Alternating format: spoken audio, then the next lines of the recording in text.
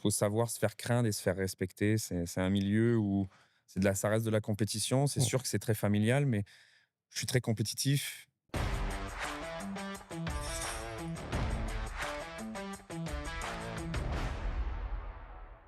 Épisode dans le pit spécial chez Régate Kia Valleyfield. On est en compagnie de Rémi Beauvillain, pilote du S91 Karma. Bienvenue, Rémi, chez nous. Bah, merci de l'invitation. Merci à Kia aussi de nous recevoir. C'est super intéressant de faire ça ici.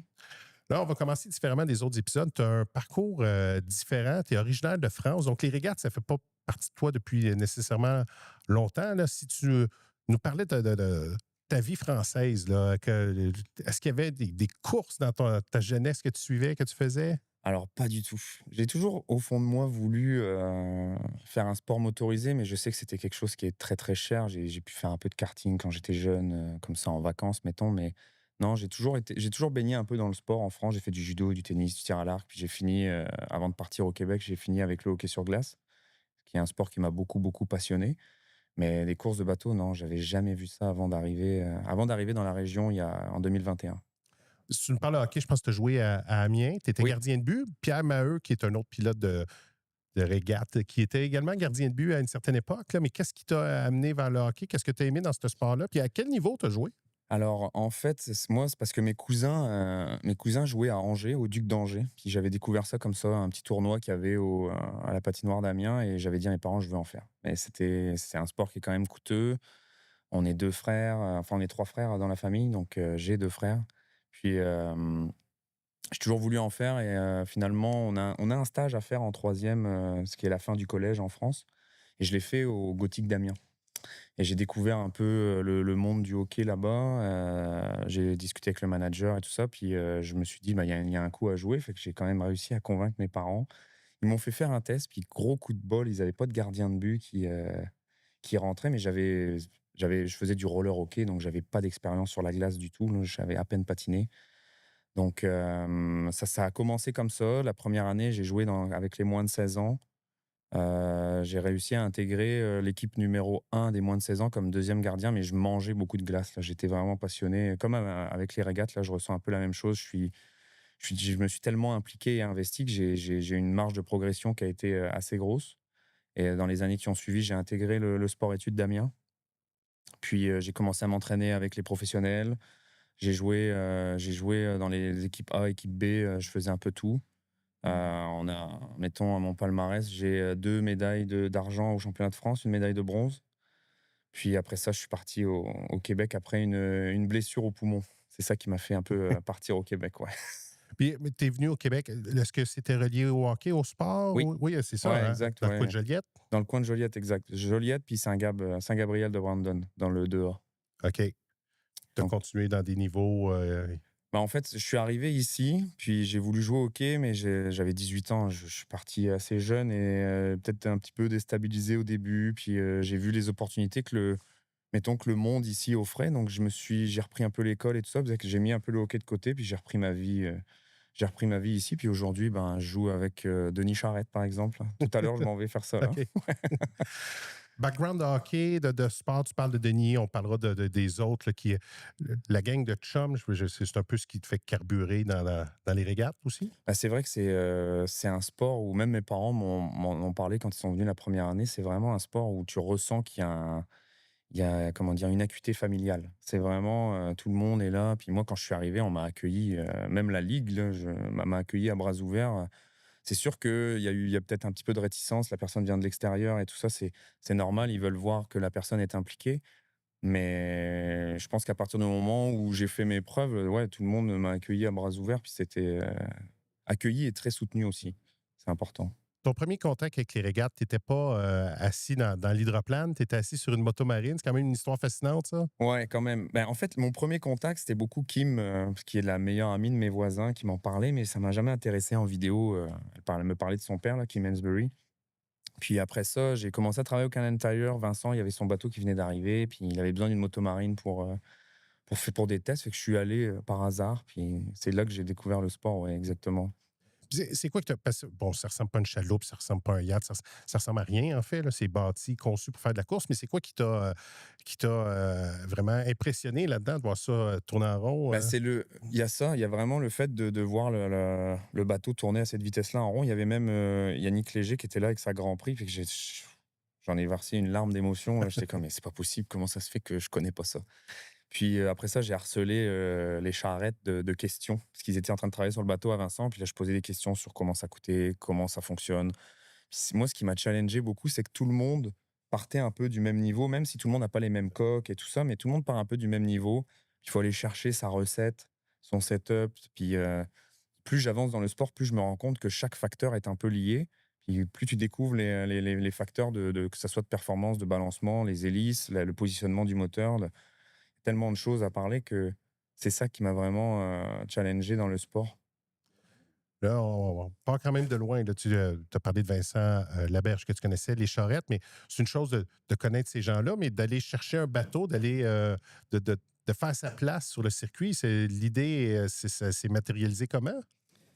Alors, bah, moi, j'ai essayé le bateau à Monsieur Jolicoeur la première année. François, le Ouais. Général Fait que C. moi, en fait, ce que j'avais fait, c'est qu'avant de l'essayer, j'avais fini la saison avec Vincent, avec son équipe. On était allé à Buffalo, puis on avait fait Valleyfield et Beauharnois aussi. Puis je voulais vraiment voir comment ça se passait pour savoir comment ça se passait Une fin avec de une semaine de équipe. course. C'est ça, qu'est-ce qu'il faut faire autour du bateau? Est-ce que c'est quelque chose que je serais à l'aise de faire si, mettons, je me lance là-dedans? Fait que je voulais vraiment faire les choses étape par étape.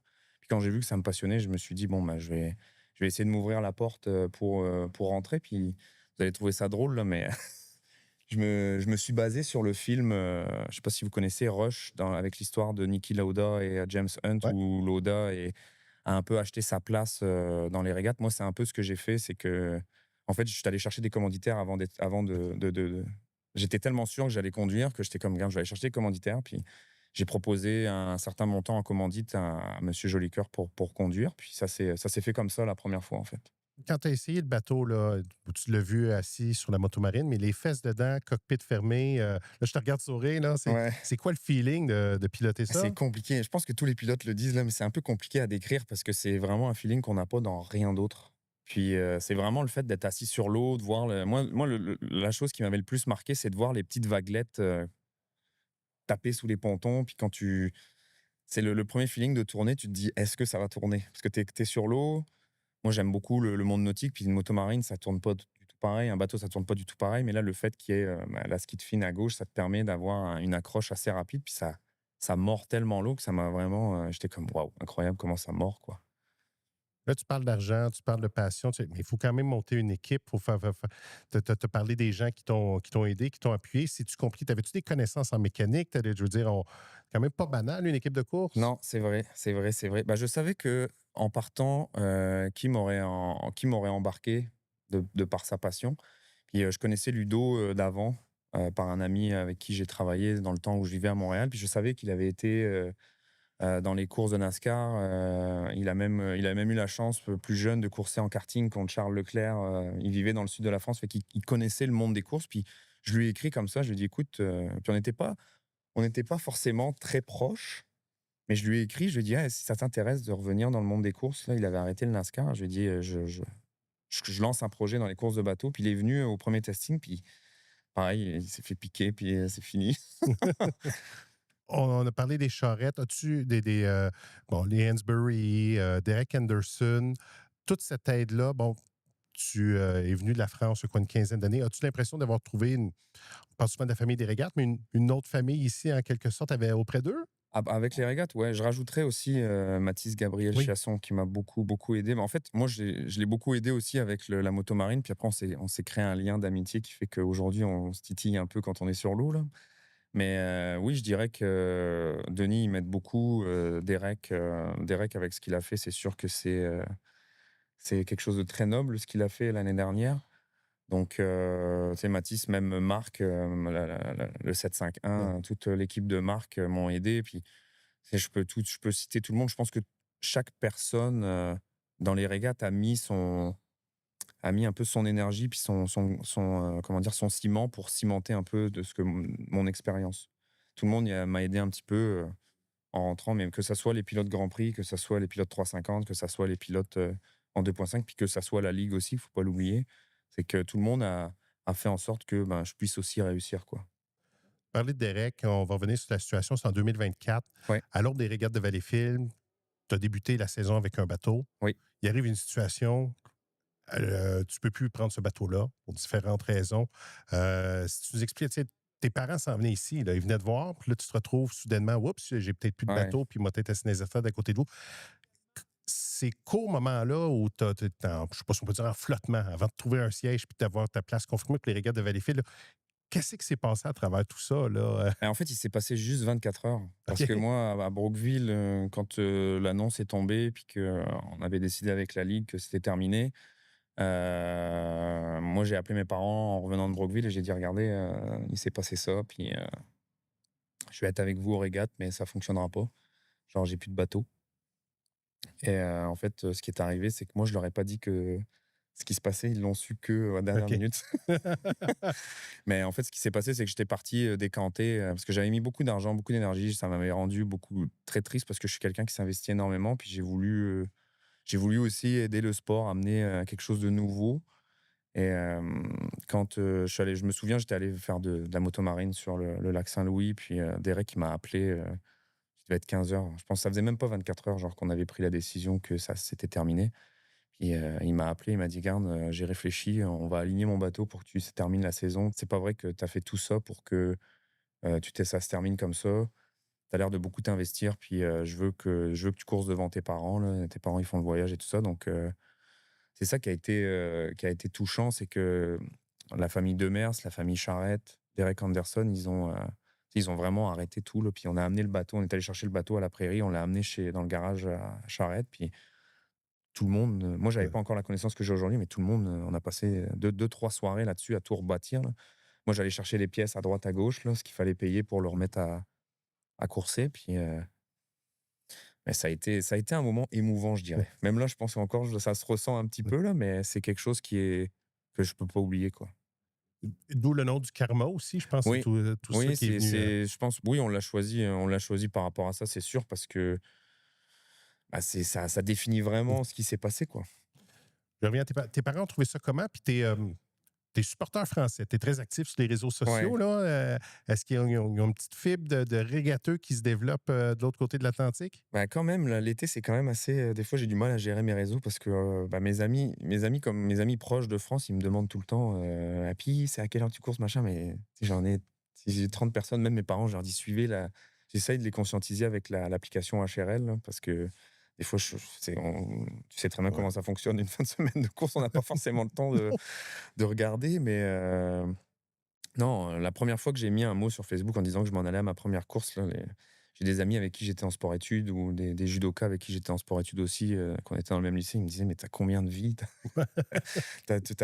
fait combien de choses dans ta vie?» Mais c'est sûr que ça intéresse, ça attire l'œil et c'est ça que j'essaye de faire. Puis mes parents, moi, la première fois qu'ils étaient dans les puits, mon père, il a adoré. Ils devaient pas revenir l'année dernière, ils sont revenus. Puis là, l'année prochaine, ils sont là OK. encore. Donc c'est une passion qui s'est développée aussi. Mon père, pas trop stressé, ma mère un peu plus, mais à suivre. Et tes frères? Ben, Théo qui habite à Saint-Zotique, lui, il suit beaucoup les régates de Valleyfield. Il est venu nous aider dans l'équipe, à Beauharnois parce que j'avais, Ludo qui était parti, Ludo et Alison étaient partis en France et j'avais besoin de main. Il est venu nous aider, mais c'est pas la même passion. Ouais. C'est quelqu'un qui est dans le sport, mais c'est pas quelque chose, il va me suivre, il va être content de mes résultats, mais pas forcément, impliqué comme moi. Puis j'ai mon autre frère qui est dans le sud de la France, qui suit aussi de ça de loin, Hey! Hey, est-ce que je peux emprunter ton Seltos? Oui. Pendant les fêtes, offrez-vous la technologie du Kia Seltos et obtenez un boni des fêtes de 500 $. Kia, du mouvement vient l'inspiration. Tu as parlé des régates de Valleyfield, puis avec toi, c'est le fun, c'est un regard extérieur. Tu sais, moi, je suis natif de Valleyfield, je connais les théories, je connais le bœuf, Howard, l'histoire. Tout le monde rêve d'être champion des régates de Valleyfield. Toi qui as découvert les régates il y a quelques années, à quel point c'est gros les régates de Valleyfield, si je regarde ça de ton œil? de mon œil, je dirais que c'est un Grand Prix de Formule 1. C'est, Beaucoup le comparent à Monaco. J'ai eu la chance d'aller, quand j'étais jeune, au Grand Prix de Monaco et tu le sens dans les gens que ça fait partie de l'histoire de la ville. Tu le vois, même les gens qui se déplacent quand tu vas parler aux gens, les gens qui viennent te parler, même le soir au show, même si c'est des gens qui viennent pas voir les courses, tu vois que l'événement est ancré et que, bah, ça attire énormément de monde et puis de mon œil, dans le bateau, c'est incroyable, quoi. C'est quelque chose de même si on n'a pas réussi nos 2 dernières régates de Valleyfield, mais c'est vraiment un événement qui est incroyable et je pense qu'il y a un potentiel. Si on est capable moi, je pense que si on est capable de faire un événement comme ça à Valleyfield, on est capable d'en faire des autres, ailleurs, au Québec, au Canada, quoi. Mais c'est un stade à ciel ouvert. Moi, j'aime le Oui, répéter. Fait que exact. c'est ce qu'il y a de particulier ici. Là, toutes les rives, c'est 360. On voit de partout les bateaux à l'épaule aussi Ouais, dans la courbe 2. C'est assez impressionnant, je ouais, vraiment présume. impressionnant, ouais. À la fin de ta première année, tu as complété avec le bateau à Derek. Possibilité, changement, je ne sais pas si on peut dire upgrade de bateau. Oui. L'offre de Marc Lalonde, reprendre l'ancien Lalo Racing. Qu'est-ce qui t'a incité à changer de coque? Bah, de 1, c'est parce que c'était le bateau à Derek, puis, je savais que moi, je voulais aussi avoir mon embarcation, avoir, mes affaires, avoir qu'on construise une équipe qui nous ressemble vraiment, donc tout avoir, cette emphase-là. Mais ça s'était décidé après Cambridge. Après la première course, j'étais allé à un testing avec Marc à Beauharnois et ça s'est fait, dans ma tête, j'étais comme: «Attends, je vais réfléchir». Là, il essaie de me le vendre, puis là, j'étais comme: «Ah, je suis pas prêt». Puis finalement, je me suis dit: «Si je le fais pas là, je le ferai jamais». Fait que j'ai invité à manger avec, sa future femme aujourd'hui. Puis on a conclu ça comme ça. Lui, il avait demandé l'aval de la ligue avant. Puis ensuite, on a fait ça dans les règles de l'art et puis, Comment, en un, en deux, à quel point est-ce que tu as évolué comme pilote, comme manager d'équipe, puis tu te sentais prêt à prendre une nouvelle coque, puis peut-être une coche de plus? Comment est-ce qu'on sent qu'on s'améliore? ben, faut faire attention que ça te monte pas à la tête. Je pense que c'est quand même un sport où, la notoriété fait que, tu sais, cette année, on a quand même fait des beaux résultats. On a gagné 3 hits, on a fait un podium. On a fait souvent deuxième, troisième, donc on était quand même bien classé. Donc, il faut faire attention à justement pas avoir trop confiance. Puis je pense que c'est un peu ce qui s'est passé à Valleyfield. On était un peu trop confiant, un peu trop si. Puis l'erreur qui nous a fait un peu flamber, c'est ça. C'était, je dirais pas du laxisme, mais un peu de juste un excès de confiance. Donc, on est bon dans ce qu'on fait, donc on n'a pas besoin de surchecker. Puis finalement, ben, on a eu une petite leçon par rapport à ça. Mais l'upgrade de bateau.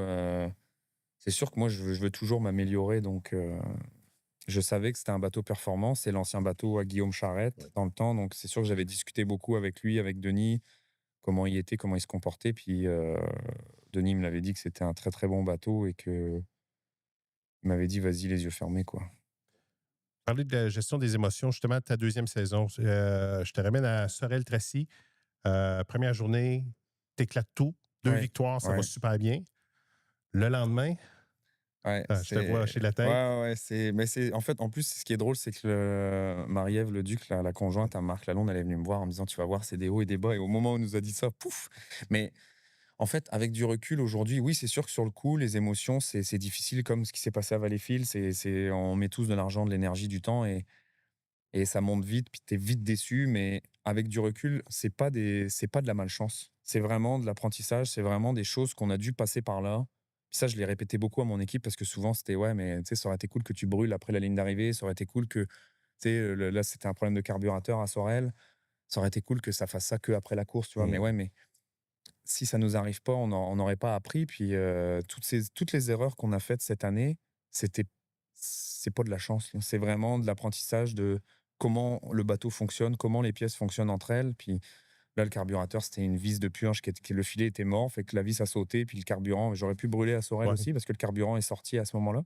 Sauf que là, le bateau redémarrait pas. Puis je pense que le bateau était pas assez chaud pour que ça flambe dans le compartiment moteur, mais c'est sûr que c'est des émotions qui sont difficiles à vivre, puis mais le plus dur, c'est de se remettre dedans mais ça, c'est mon équipe a joué un rôle primordial dans ces 2 événements-là, Sorel et même à Brookville, on a eu des problèmes, on Ouais. n'est pas parti du quai.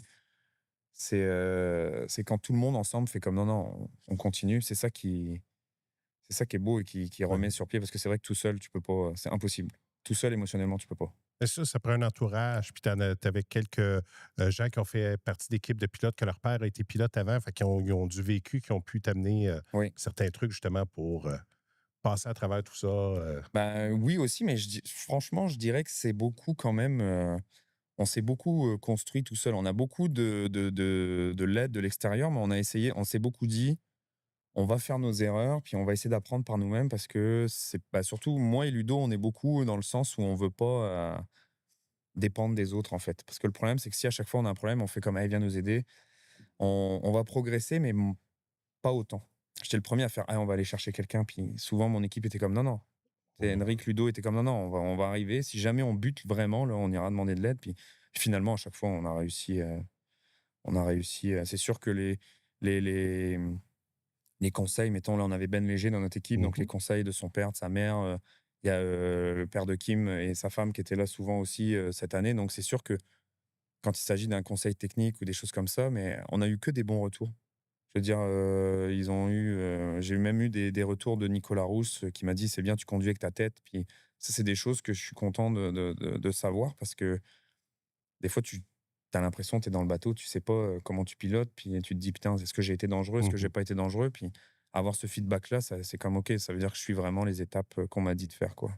Parle d'incident. Valleyfield, un incendie, c'est 3 jours, les courses à Valleyfield. Comment, là, c'est une course contre la montre, là, Ouais, ouais, ouais. ramener le bateau, corriger, apporter les réparations, ça Ouais. a dû être un Moi, ça a stress. été, moi, j'ai dû prendre une bonne demi-heure pour, parce que là, je venais de passer, une journée entière pour régler déjà un problème électrique avant les régates qui était apparu, qui était un grand moteur tout simple. Mais comme j'avais pas la connaissance, je savais pas où chercher, fait que j'y suis allé étape par étape, par logique, ça m'a pris du temps. On va à l'eau, puis j'avais quoi? Un demi-parcours sur tout le monde. Puis au dernier virage, je me souviens de la sensation, j'étais comme: «Putain, première course avec mon bateau, je vais gagner». Puis mes parents sont là, puis là, le bateau, il cale. Puis là, je redémarre, puis là, je sens la fumée arriver. Fait que là, j'ai tout de suite appelé à Kim. J'ai fait: «Kim, colle le drapeau rouge, là, je suis en feu, là, c'est sûr». Je savais pas si la fumée se voyait déjà, mais moi, j'en Pas tout avais à un fait, peu. non, C'est ça a été ça que long. c'est ça a pris un peu de temps. Fait que j'ai dit à Kim: «Colle le drapeau rouge tout de suite, là, je suis en train de m'enflammer». Puis, c'est sûr que après ça, la course contre la montre, il y a beaucoup de gens qui sont venus. Marc Lalonde est venu, il y a je veux pas, oublier d'en citer, mais les gens vont se reconnaître, mais ça a été vite du dommage superficiel, en fait, parce que ça a été quand même, réglé assez vite. Là, ça a pris une trentaine de secondes avant que tout le monde, que le bateau rescue éteigne et tout ça. Et moi, j'ai dû prendre une bonne demi-heure, aller pleurer dans mon coin et évacuer, que genre, j'étais comme là: «Ça y est, je viens de pourrir ma saison». Puis finalement, c'est mes équipiers qui m'ont fait comme: «Non, non, regarde, on va s'en occuper». Puis là, chacun fait ses tâches. Ben est allé chercher des pièces à droite, à gauche. Enfin, il me fallait un filtre de catch-can qui avait fondu. Moi, j'avais des radios de spare, il fallait du filage. Puis, j'avais tout ça, fait que, c'est Henrik et Ludo qui se sont mis sur le dossier. Moi, j'étais plus en retrait pour les aider, que ça reste propre. Puis, sans eux, là, on n'aurait pas été aux courses. Mais c'est des bulldozers, là, à dos au soleil, à 45 degrés là, toute la journée. Puis le moteur a reparti à 22h30 le soir et Retour à l'eau le ça lendemain. ouais, ça a été, je pense que tout le monde a versé une petite larme autour du bateau le soir. Mais non, ça a été une sacrée expérience, mais c'est une expérience qui nous a appris à regarde, on peut rien négliger et c'est arrivé, c'est comme ça. Maintenant, faut plus que ça arrive et puis c'est pour ça que la nouvelle carlingue, il y a un peu de flamme dessus, pour qu'on s'en rappelle. C'est mon petit clin d'œil, c'est à l'équipe. Tu parles d'équipe. Le statut de pilote, d'hydroplane, tu sais, vous faites présenter sur la scène ici à Valleyfield-Sorel, il y a d'autres endroits. À quel point c'est grisant d'être une vedette? Je sais pas si on peut le dire comme ça, là? Mais on le ressent beaucoup à Valleyfield, à Sorel, mais ça arrive qu'on me reconnaisse, genre quand je fais mes courses en à haut Mmh. maxi à Valleyfield, ça m'est déjà arrivé. Même je travaille un peu chez CE Zinc, comme sous-traitant et ça arrive, comme le monde est petit ici, ça Mmh. arrive, mais j'ai toujours fait attention avec ça, même au hockey sur glace, je faisais attention parce que je sais que ça peut monter vite à la tête. C'est sûr que c'est très valorisant, ça amène un sentiment de confiance, Incroyable. et ouais, c'est ça, incroyable. Tu lances des affaires dans le public, les gens viennent te voir, donc c'est sûr que c'est vraiment cool, mais faut pas moi je reste quand même j'essaye de rester avec mon équipe parce que justement pas déroger de ça parce Mathis m'a beaucoup prévenu par rapport à ça. Il m'a dit: «Tu vas voir, fais attention parce que ça monte vite à la tête, on vient te voir, on vient te cruiser un petit peu», des choses comme ça, quoi, donc voilà.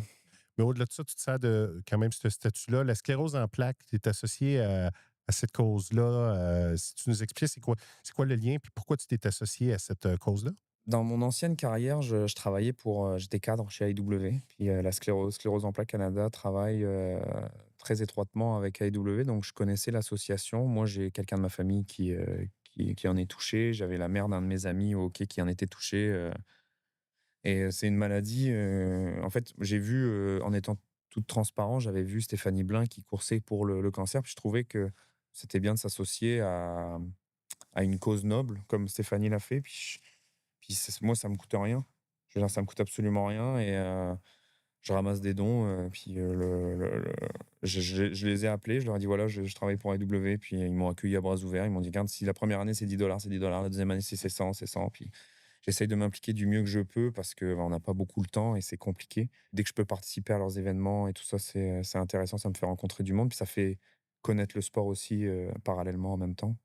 Par le faire connaître le sport, on a parlé tantôt des réseaux sociaux très actifs sur TikTok, créatifs aussi, là, pas Oui. juste, c'est des vidéos originales. À quel point vous mettez, toi et ton équipe, de l'énergie là-dessus, justement, pour pousser T-Rem Racing, Rémi Beauvillain, mais aussi le sport des courses de régate? Je dirais que c'est beaucoup le travail d'été. Moi, j'essaye de garder une constance l'hiver, là, j'essaie de faire une publication par semaine l'hiver parce que, bah, c'est important de garder un peu le monde, C'est ouais, actif et que attractif. ça soit attrayant. Mais, au début, mon équipe était comme: «Ouais, on va pas mettre trop d'emphase dessus». Puis là, je leur ai expliqué que regardez, là, on a re-signé la plupart des sponsors parce que, bah, ils aiment ce qu'on fait sur les Ouais. réseaux. Ça leur amène aussi une notoriété. On parle d'eux, le bateau est visible, on a nos chandails. Je veux dire, c'est pour moi, rentrer dans ce sport-là, c'était pas juste mettre un collant du sponsor sur Ouais. le bateau, on va courser. C'était vraiment de créer un lien avec mes sponsors. Puis là, la plupart, ça fait déjà 3 ans qu'ils sont avec nous. Mhm. Et d'ailleurs, je les remercie énormément. Ça, c'est super important parce que sans eux, ça fonctionnerait pas. Mais puis ça les implique aussi. Moi, tous mes Mhm. sponsors, ils me demandent les résultats à la fin de la journée. Je leur envoie. L'artisan de la mer à Vaudreuil, c'est un Français, donc il est très impliqué aussi. Puis après ça, bah, tu te fais des contacts, ça de bouche à oreille, il y en a d'autres qui arrivent. Mais mettons, le noyau de mes sponsors, c'est quand même des gens qui s'impliquent, qui me connaissent personnellement Mhm. et qui s'impliquent, comme Crystal Auto, c'était leur première année l'année dernière. Ils sont venus faire un vlog à Valleyfield, puis ils ont mis de l'argent. Je veux dire, il y a un caméraman qui est venu, ils ont fait, ça a coûté Ouais. quelques milliers de dollars pour ça. Puis, parce qu'on a un peu la même vision, donc j'essaie de m'entourer de ça. Et les réseaux, c'est le ciment qui vient faire en sorte que toutes les briques tiennent ensemble pour garder un financement, avoir une belle image, que ça donne aussi une certaine notoriété à mes équipiers parce que on voit pas trop non Ouais. plus ce que eux ils font. Donc c'est sûr que ce qu'on veut, c'est que les gens aussi s'identifient à l'équipe au complet. C'est ça que je veux dire, c'est de la personnalité. Je veux dire, la coque, le moteur, c'est bien beau, mais c'est de la technique, mais c'est à Rémi qui s'associe C'est au reste ça, de l'équipe, là. exact. Ça, c'est super important. On en avait parlé avec Kim parce que Kim est un peu dans ce domaine-là aussi, marketing et sur les réseaux. Puis avec Alison, c'est qu'il faut qu'on fasse des TikTok. C'est pour ça qu'on publie pas forcément la même chose sur TikTok que sur Instagram. C'est pour que les gens s'associent aussi à nous et qu'ils se reconnaissent un peu là-dedans, puis qu'ils veulent en voir plus en voyant un peu plus d'humains que de machines, quoi. On est dans l'entre-saison. Quel bilan tu tires de ta deuxième année? Puis quelle projection tu fais pour l'an prochain? Heu, ben, c'est quand même un beau bilan. On s'était fixé comme objectif top 5 au championnat et gagner au moins une qualification.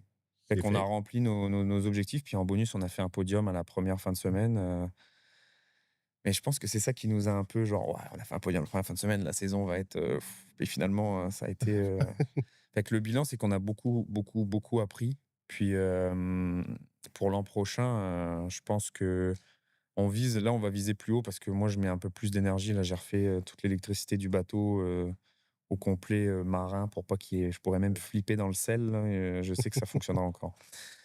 Mais on va essayer de faire ça du mieux qu'on peut parce que Ludo a la connaissance, il est ingénieur en structure, il a travaillé un peu, il connaît un peu l'aéronautique, donc on va travailler là-dessus sur, le Ouais. balancement, tout ça. Donc ça va être l'objectif, c'est d'aller chercher vraiment un podium au championnat. Puis d'essayer de gagner une fin de semaine, ça va être notre objectif 2026. Ça serait vraiment, un bel accomplissement, je pense, pour tout le monde. Si on va plus loin, as-tu des aspirations, Hydro 350, Grand Prix? T'es-tu là-dedans pour longtemps? Je suis là-dedans pour longtemps, oui. OK. Moi, j'aimerais ça, c'est sûr que en termes financiers, je peux pas me projeter, dans le 350 ni, Je sais que je discutais beaucoup du Pro Hydro avec Denis Charette. C'est une classe qui m'intéresse, mais ça serait, c'est pour ça aussi que je fais beaucoup de choses de façon organisée et professionnelle. C'est que j'aimerais ça, qu'on me propose de piloter qu'un propriétaire me demande de piloter un Pro Hydro. Je sais que j'ai beaucoup d'expérience à acquérir avant d'arriver là, mais je suis persuadé qu'à un moment donné, il y a une opportunité qui va se libérer et je vais pouvoir faire mes preuves dans ces classes-là, que ce soit en 350, Pro Hydro. Grand Prix, je le laisse un peu de côté pour l'instant.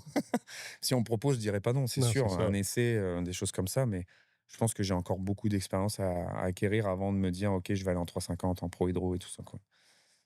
Je t'ai déjà posé la question, il faut que je te la repose. Comme pilote, faut être plus beau ou plus vilain? Oui, c'est vrai, tu me l'avais posé, à Brookville. Mais je pense que je t'avais répondu un mix des 2, Ouais. hein. Puis, beau en dehors, vilain sur l'eau, mais il faut être aussi beau sur l'eau et vilain en dehors. Je pense que c'est un mélange des 2. Faut savoir se faire craindre et se faire respecter. C'est un milieu où ça reste de la compétition. C'est sûr que c'est très familial, mais je suis très compétitif. Mon chef d'équipe, très compétitif. Personne aime perdre, je pense, dans la vie. Il faut que ça reste, c'est ça, dans le respect, mais faut savoir se faire respecter et se faire craindre. Je pense que c'est un milieu des 2 qui fait que c'est un bon agencement pour le milieu des courses. Ben, je peux te dire que tu l'as réussi en 2 ans, Rémi. Bah, merci beaucoup. Un gros merci d'être venu dans le pit. C'était un plaisir de t'avoir chez nous. C'était un plaisir pour moi aussi. Hey, est-ce que je peux emprunter ton Seltos? Oui. Pendant les fêtes, offrez-vous la technologie du Kia Seltos et obtenez un boni des fêtes de 500 $. Kia, du mouvement vient l'inspiration.